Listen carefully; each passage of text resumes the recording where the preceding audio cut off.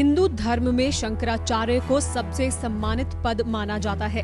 ABP news ने शंकराचार्यों की परंपरा, इतिहास और आज के मौजूदा हालात को जानने की कोशिश की है। आज 3 मुख्य शंकराचार्य 4 मठों का कामकाज देख रहे हैं, लेकिन पड़ताल के दौरान एबीपी न्यूज को कुछ ऐसे दावेदार भी मिले जो या तो खुद को शंकराचार्य घोषित कर चुके हैं या जिनकी दावेदारी से कई विवाद भी खड़े हो गए हैं। एबीपी न्यूज ने विवादों से जुड़े सभी पक्षों से संपर्क करने की कोशिश की। जिन्होंने बात की उनका पक्ष इस कार्यक्रम में है, लेकिन कुछ ऐसे भी थे जिन्होंने बार बार संपर्क के बावजूद अपना पक्ष सामने नहीं रखा। इस कार्यक्रम का मकसद किसी की आस्था को ठेस पहुंचाना नहीं है, बल्कि हिंदू धर्म में केंद्रीय भूमिका रखने वाले शंकराचार्यों से जुड़े सभी बदलावों और विवादों की जानकारी दर्शकों तक पहुंचाना है।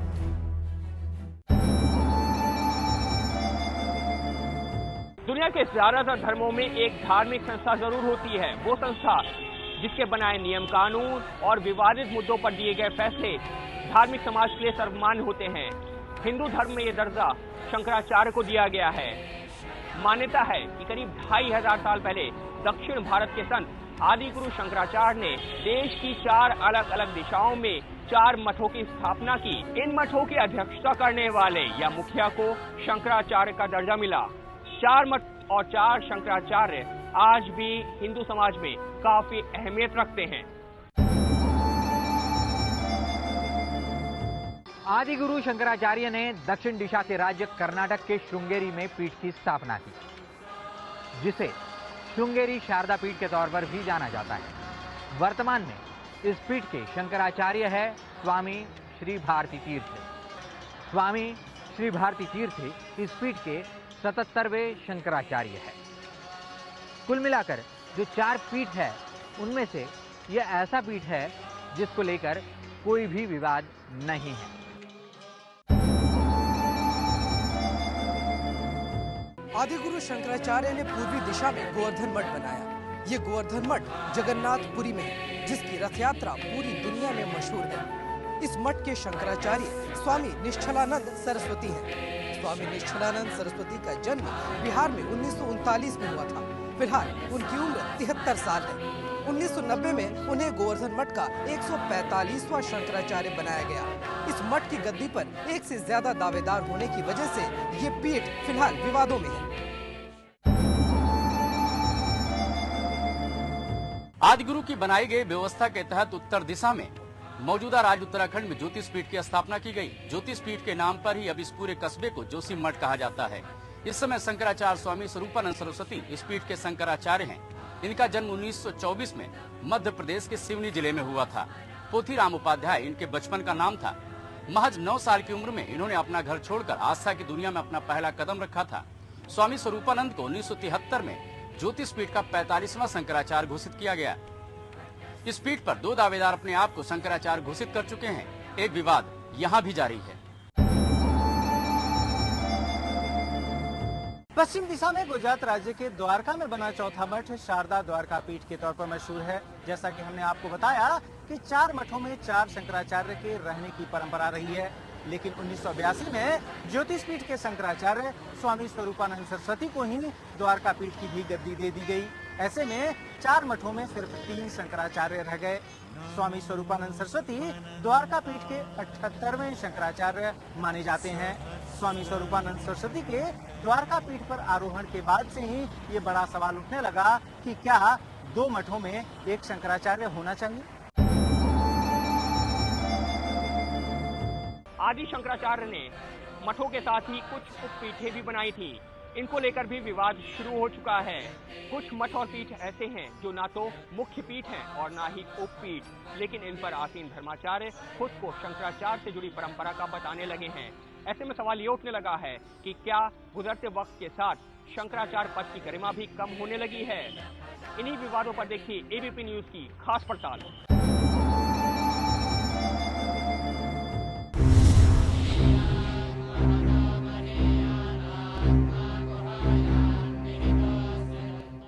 इस विवाद की शुरुआत से पहले आपको आदिगुरु शंकराचार्य के बनाए उन नियमों के बारे में बता दें जो उन्होंने मठाम नाय के नाम से लिखे थे और इसी के आधार पर होती है शंकराचार्य की नियुक्ति।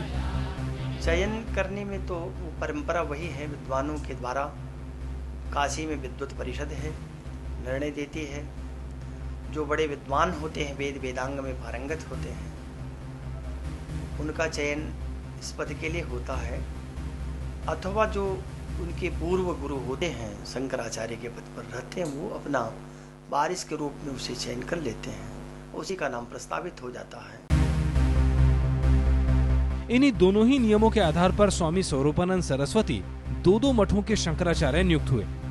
1973 में उन्हें दूसरे नियम यानी धर्माचार्यों की सहमति से उत्तराखंड के ज्योतिष पीठ में शंकराचार्य बनाया गया। इसके बाद जब 1982 में द्वारका के मठ का पद खाली हो गया तो उत्तराधिकार के पहले नियम के मुताबिक शंकराचार्य नियुक्त कर दिया गया। खुद उनसे सुनिए क्या हुआ था। महामंडल काशी विद्वत परिषद ने मिलकर स्वामी कृष्ण बोधाश्रम जी को ज्योतिष पीठ का शंकराचार्य बनाया। वो 20 वर्ष तक रहे। उसके पश्चात जब वो ब्रह्मीभूत होने की स्थिति में आए, उनका शरीर अस्वस्थ हो गया, तो विद्वानों ने हमसे कहा गया कि आप इसको संभालिए। और जब वो ब्रह्मीभूत हो गए तो विधिवत 3 शंकराचार्यों ने दिल्ली में हमारा अभिषेक किया। द्वारका के जो जगतगुरु शंकराचार्य थे, अभिनव सच्चिदानंद तीर्थ जी महाराज, उन्होंने अपनी वसीयत में ये लिखा कि मैंने कोई शिष्य नहीं बनाया है, इसलिए ज्योतिष पीठाधीश्वर और हमारा नाम लेते हुए कहा कि उनसे रिक्वेस्ट की जाए कि वो इस पद को संभाले। तो ज्योतिष पीठ के साथ हम उसको भी संभाल रहे हैं। स्वामी स्वरूपानंद के 1982 में द्वारका मठ के शंकराचार्य बनाए जाने के बाद सवाल उठने लगे। फिर मठाम नाय का ही हवाला दिया गया और कहा गया कि 2 मठों पर एक ही शंकराचार्य नहीं हो सकते। तो एक विवाद का विषय है, एक शंकराचार्य 2 मठों पे आदि नहीं होता। लेकिन शंकराचार्य स्वरूपानंद सरस्वती की माने तो मठाम नाय में एक मठ और एक शंकराचार्य का नियम तो है, लेकिन 2 मठों पर एक शख्स के ही शंकराचार्य बनाए जाने पर रोक नहीं है। तो ऐसी स्थिति में उस महान शासन में ये बताया गया है कि एक पीठ में एक आचार्य के अंत में एक ही का अभिषेक किया जाना चाहिए, लेकिन 2 पीठ में एक रहे इसका कोई निषेध नहीं है। इसलिए हम दोनों पीठ संभाले हुए। कई शंकराचार्य हो सकते होते, अथवा एक व्यक्ति कई पीठों पर शंकराचार्य हो सकते होते, तो भगवान शंकराचार्य 4 पीठ क्यों स्थापित करते और 4 व्यक्तियों को क्यों नामित करते? इसलिए भगवान शंकराचार्य ने जो परंपरा कायम की है वह ही मान्य परंपरा है। बीच में कोई कुछ करे तो आज तक तो ऐसा कोई इतिहास मिला नहीं है 2500 वर्षों में कि एक व्यक्ति 2 पीठ पर शंकराचार्य हो अथवा 2 व्यक्ति 1 पीठ पर शंकराचार्य। यह है स्वामी वासुदेवानंद, जो शंकराचार्य स्वामी स्वरूपानंद के दावे को आदि गुरु की परंपरा का हवाला देकर गलत ठहरा रहे हैं। दरअसल ये है इस विवाद की अगली कड़ी। स्वामी वासुदेवानंद भी खुद को ज्योतिष पीठ का शंकराचार्य घोषित कर चुके हैं। 14 नवंबर 1989 को इस पीठ पर अभिषिक्त हुआ और 15 नवंबर को मेरा पट्टाभिषेक हुआ। मठाम नाय के मुताबिक अगर किसी के पास अपने से पहले के शंकराचार्य की वसीयत हो तो उसे उस पीठ का शंकराचार्य बना दिया जाता है, और यही दावा करते हैं स्वामी वासुदेवानंद। पूर्वाचार्य ने मेरे नाम का उत्तराधिकार पत्र लिखा। मेरे पूर्वाचार्य पहले शांत हो गए थे और उन्होंने उत्तराधिकार पत्र में यह संकेत किया हमारे गुरुदेव के लिए कि महाराज श्री के द्वारा नियुक्त किया गया व्यक्ति हमारा ही नियुक्त किया गया माना जाएगा।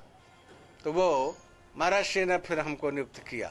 लेकिन ज्योतिष पीठ के वर्तमान शंकराचार्य स्वामी स्वरूपानंद का कहना है कि वासुदेवानंद के पास ना तो कोई वसीयत है और न ही उत्तराधिकार। उनके पास किसकी वसीयत है? अगर वो ये कहते हो कि जो हमारे गुरु ब्रह्मानंद जी हैं उनकी वसीयत है, उसमें तो यद्यपि उसको हम लोग प्रामाणिक नहीं मानते, पर उसमें भी उनका नाम नहीं है, वासुदेवानंद का नाम उसमें नहीं है। इनका नाम किस वसीयत में है वो सामने अभी तक नहीं आई है कि किस वसीयत के अनुसार वो अपने को शंकराचार्य कहते हैं। और सच बात ये है कि वसीयत की परंपरा हमारे शंकराचार्य पद में नहीं है। इसलिए नहीं है कि वसीयत निजी जायदाद की होती है और शंकराचार्य का पद किसी निजी जायदाद नहीं है। आप ये समझिए कि कोई व्यक्ति अपनी औरत के नाम पे वसीयत कर दे, किसी के भी नाम पे वसीयत कर दे, तो वो क्या शंकराचार्य हो सकता है? इसी विवाद की तीसरी कड़ी है स्वामी माधवा आश्रम महाराज। स्वामी माधवा आश्रम महाराज भी उसी दावे के साथ सामने आए हैं जो स्वामी वासुदेवानंद करते हैं। आपको शंकराचार्य क्यों बनाना चाहिए? बना है पीठ क्या आचार्य होता है। एक पीठ पर एक ही शंकराचार्य होता है, एक व्यक्ति दो पीठ नहीं हो सकता है, एक व्यक्ति एक ही पीठ होता है। तो सर्वानुतार के चले गए, यहाँ खाली हो गया, इसलिए जो है ये है। उनका दावा है कि 1982 में द्वारका शंकर पीठ पर स्वामी स्वरूपानंद सरस्वती के शंकराचार्य बनने के साथ ही ज्योतिष पीठ का पद खाली हो चुका है और वो शंकराचार्य हैं। लेकिन स्वामी स्वरूपानंद का कहना है कि दोनों पीठों पर जब तक वो हैं, तब तक किसी और का दावा मान्य नहीं है। उनका कहना है कि योग्यता के आधार पर न तो वासुदेवानंद और न ही माधवा आश्रम को शंकराचार्य बनाया जा सकता है। जब हम ज्योतिष पीठ के शंकराचार्य हैं, तो जब हम ब्रह्मीभूत हो जाएं, तब किसी को आना चाहिए। जब हम हमारे रहते हुए अगर वो बन गए, तो उनके रहते कोई तीसरा और बन जाएगा और उसके रहते हुए चौथा बन जाएगा। तो ये परंपरा हमारे यहाँ नहीं है। एक पीठ में जब तक एक आचार्य रहता है, तब तक दूसरा नहीं होता। जब वो नहीं रहता है, तब उसके बाद दूसरे की बात आती है। जो ब्रह्मचर्य आश्रम से सन्यासी होता है, वही शंकराचार्य बनाया जाता है। वहाँ पर जो बद्रीनाथ मंदिर का पुजारी है, बद्रीनाथ मंदिर भी शंकराचार्य की वस्तु है, तो वहाँ का जो पुजारी रावण है, वह भी ब्रह्मचारी होता है। ग्रस्त होने पर वो निकाल दिया जाता है। तो वहाँ का शंकराचार्य बाल बच्चेदार नहीं हो सकता। करीब 30 साल से ये विवाद जारी है।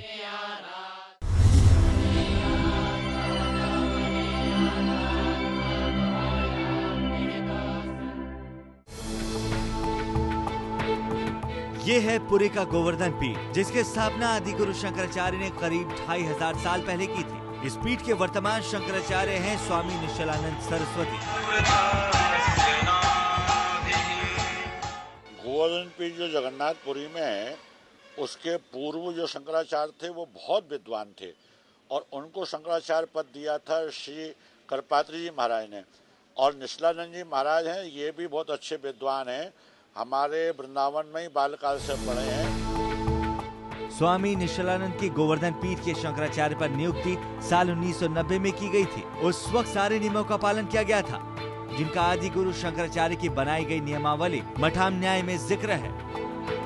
गोवर्धन पीठ पर कोई विवाद नहीं है, न था न है। गोवर्धन पीठ के शंकराचार्य पूज्य निरंजन देव तीर्थ जी थे और निरंजन देव तीर्थ जी ने अपने जीवन काल में ही पूज्य स्वामी निश्चलानंद सरस्वती जी को शंकराचार्य पद पर नियुक्त किया था। स्वामी निश्चलानंद के इस पद पर नियुक्ति का विरोध कर रहे हैं स्वामी अधोक्षजानंद। स्वामी अधोक्षजानंद अपने नाम के आगे शंकराचार्य लगाते हैं और दावा करते हैं कि वो गोवर्धन पीठ के शंकराचार्य हैं। अधोक्षजानंद जी महाराज कब से अपने लिए शंकराचार्य जी कहने लगे, कहाँ के कहने लगे, क्यों कहने लगे, इसका कोई प्रमाण नहीं।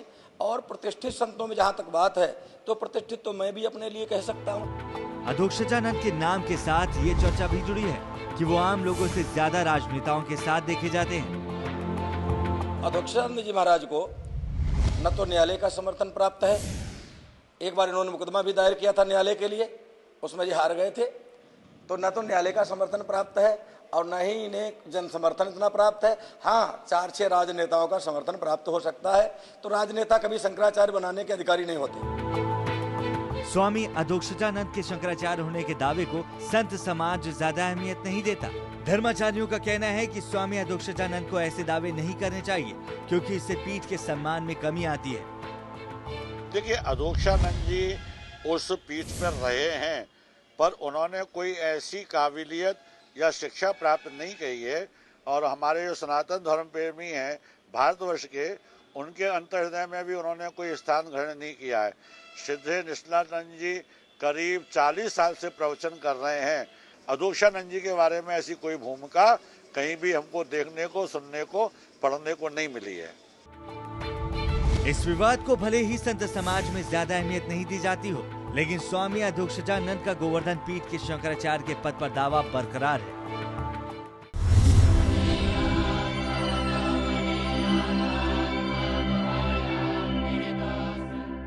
भगवान शंकराचार्य जब कभी भी जहाँ गए और दिग्विजय के क्रम में जिन लोगों को परास्त किया है, जो स्थान उन्हें प्रिय लगा और ये भी लगा कि प्रधान पीठ यहाँ से दूर हो सकती है, यहाँ तक आवागमन में शंकराचार्य को कठिनाई होगी, वहाँ उपपीठों की भी स्थापना कर दिया।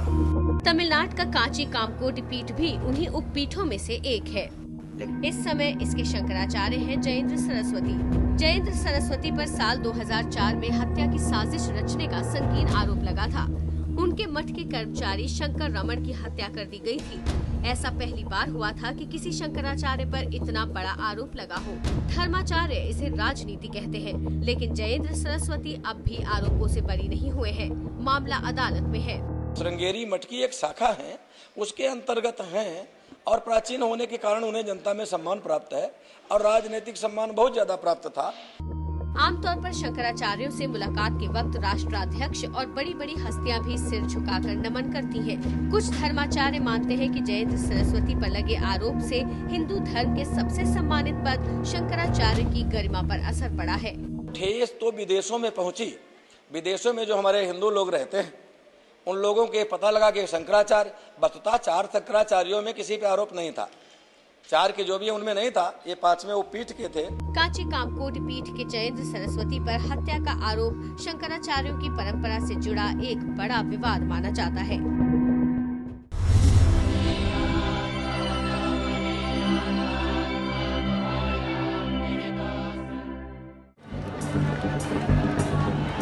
हिंदू महासंस्कृति में महाकुंभ को दुनिया का सबसे बड़ा धार्मिक मेला माना जाता है।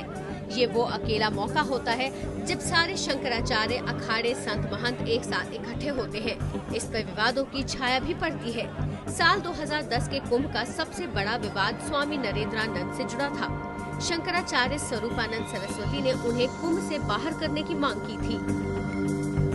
महाकुंभ में इन लोगों ने 4 स्टैंड लिए। पहला इन्होंने कहा कि इनका शिविर उखाड़ा जाना चाहिए। उसके लिए उन्होंने अनशन किया। आत्मदाह का दूसरा स्टैंड लिया, तो हमने कहा फिर प्रशासन को लिखे कि आईपीसी की धारा ये कहती है कानूनन जुर्म है, लिहाजा इनको गिरफ्तार किया जाए। तो उन्होंने कहा कि आत्मदाह नहीं करेंगे, अब हम शिविर छोड़ के चले जाएंगे। स्थान पर यही सब एक बात गूंज जाती, कौन सच्चा है, कौन नकली है, कौन असली है। तो इसलिए हम लोगों ने सोचा कि अगर नकलियों से काम चलता है तो हमारी जरूरत ही क्या है। वाराणसी में काशी सुमेरु पीठ में रहने वाले स्वामी नरेंद्रानंद के बारे में भी जान लीजिए।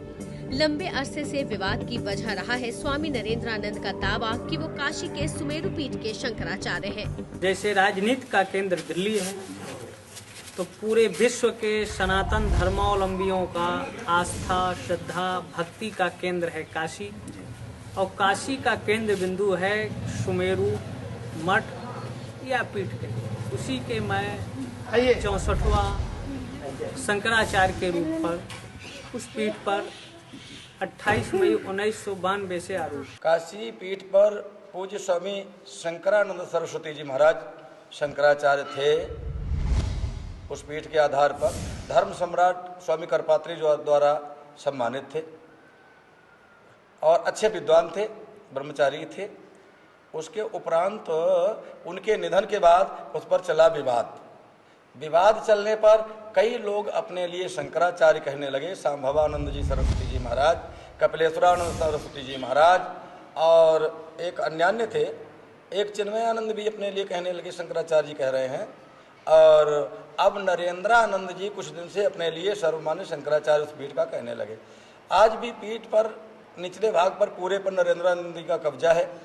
वो अपने आप लिए कहते हैं, अन्य कोई उनका उसमें विरोधी नहीं है, लेकिन 4 पीठों के अंतर्गत काशी की पीठ नहीं है। नरेंद्रानंद सरस्वती के मुताबिक वो बाकी शंकराचार्यों से ज्यादा योग्य है और वो खुले मंच पर शास्त्रार्थ भी कर सकते हैं। पिछले बार 2010 में हमने चैलेंज दे दिया अज्ञानी धर्माचार्य को और ये कहा कि शास्त्रार्थ हो जाए, मंच बनाया जाए हर की पेड़ी में और जो पराजित हो उसको वहां जीवित समाधि दे दिया जाए। लेकिन वो व्यक्ति पलायन कर गए, कहते हम शास्त्र चर्चा नहीं करेंगे। नरेंद्रानंद की शास्त्रार्थ की चुनौती को शंकराचार्य स्वरूपानंद सरस्वती खारिज कर चुके हैं। ऐसा है कि हम लोग ये सोचते हैं कि इनके साथ शास्त्रार्थ के लिए हम अगर इनको बैठाते हैं तो कम से कम ये तो समझा ही जाएगा कि ये भी एक कुछ हैं, तो तभी तो शंकराचार्य से शास्त्रार्थ कर रहे हैं जी। वैसे ये इसके पात्र नहीं है, क्योंकि ये शास्त्र जानते ही नहीं है। इनके शंकराचार्य होने की तो बात क्या, सन्यासी होने का भी कोई प्रमाण नहीं है। विवाद सिर्फ स्वामी नरेंद्रानंद के शंकराचार्य होने के दावे पर नहीं है। विवाद का मुद्दा काशी सुमेरु पीठ की मान्यता भी है। केवल 4 पीठों का उल्लेख है, 5वीं पीठ का भी उन्होंने ऊर्ध्वम नाय माने 4 दिशा और 5वां ऊपर के, तो वो काशी सुमेरु पीठ को लोगों ने माना। सुमेरु पीठ पूज्य धर्म सम्राट स्वामी करपात्री जी के द्वारा स्थापित है। इससे पूर्व उसका वर्णन नहीं आया। यद्यपि ऊर्ध्व आमनाय का वर्णन मिलता है, लेकिन ऊर्ध्व आमनाय का क्षेत्र कैलाश है। काशी सुमेरु पीठ को उपपीठ माना जाए या फिर मुख्य पीठ, ये विवाद और इसी के साथ स्वामी नरेंद्रानंद के शंकराचार्य पद पर दावे का विवाद अब भी उलझा हुआ है।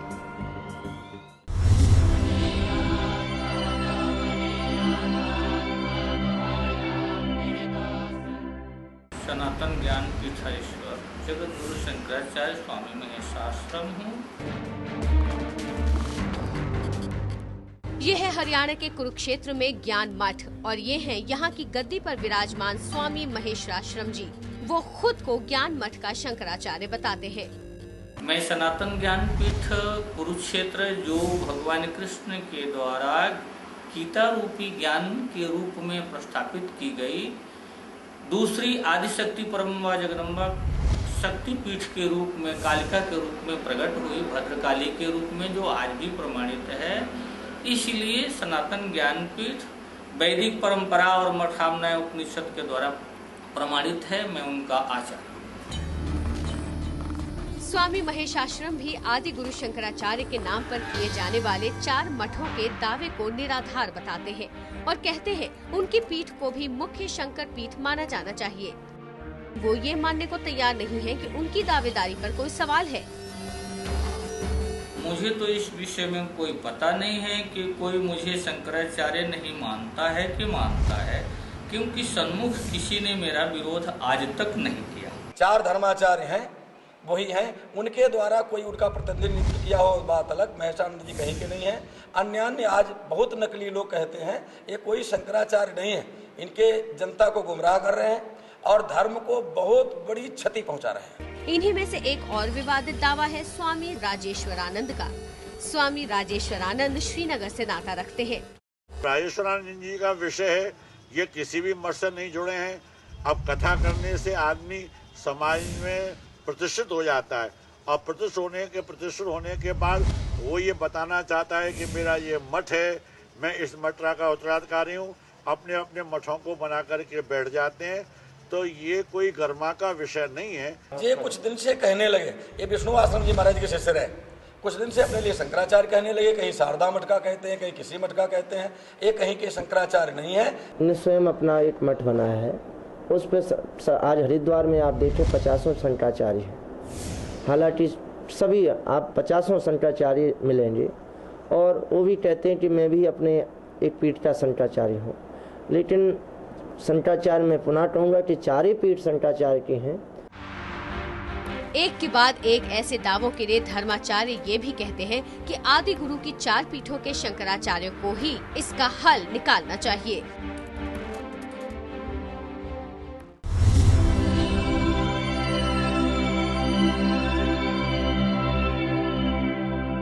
दया ही धर्म का मूल है।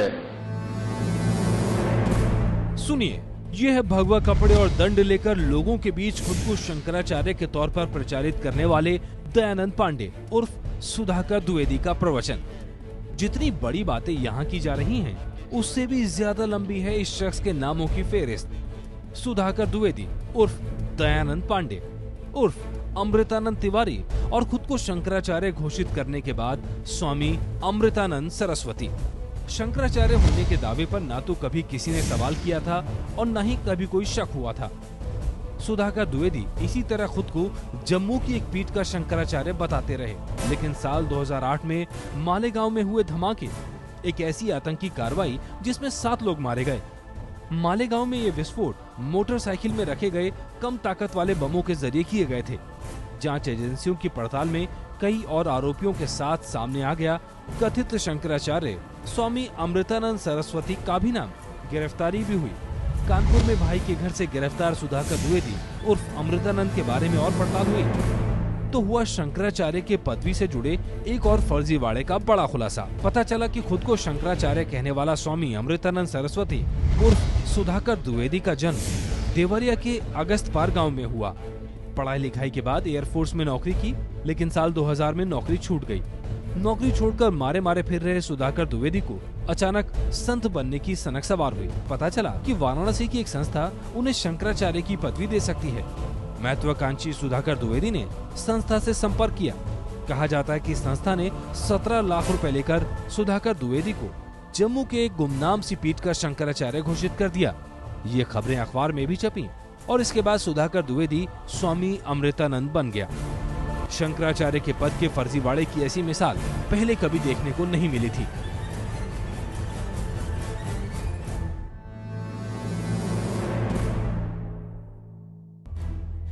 हिंदू धर्म में शंकराचार्य को सबसे सम्मानित पद माना जाता है। एबीपी न्यूज ने शंकराचार्यों की परंपरा, इतिहास और आज के मौजूदा हालात को जानने की कोशिश की है। आज 3 मुख्य शंकराचार्य 4 मठों का कामकाज देख रहे हैं, लेकिन पड़ताल के दौरान एबीपी न्यूज को कुछ ऐसे दावेदार भी मिले जो या तो खुद को शंकराचार्य घोषित कर चुके हैं या जिनकी दावेदारी से कई विवाद भी खड़े हो गए हैं। एबीपी न्यूज ने विवादों से जुड़े सभी पक्षों से संपर्क करने की कोशिश की। जिन्होंने बात की उनका पक्ष इस कार्यक्रम में है, लेकिन कुछ ऐसे भी थे जिन्होंने बार बार संपर्क के बावजूद अपना पक्ष सामने नहीं रखा। इस कार्यक्रम का मकसद किसी की आस्था को ठेस पहुंचाना नहीं है, बल्कि हिंदू धर्म में केंद्रीय भूमिका रखने वाले शंकराचार्यों से जुड़े सभी बदलावों और विवादों की जानकारी दर्शकों तक पहुंचाना है।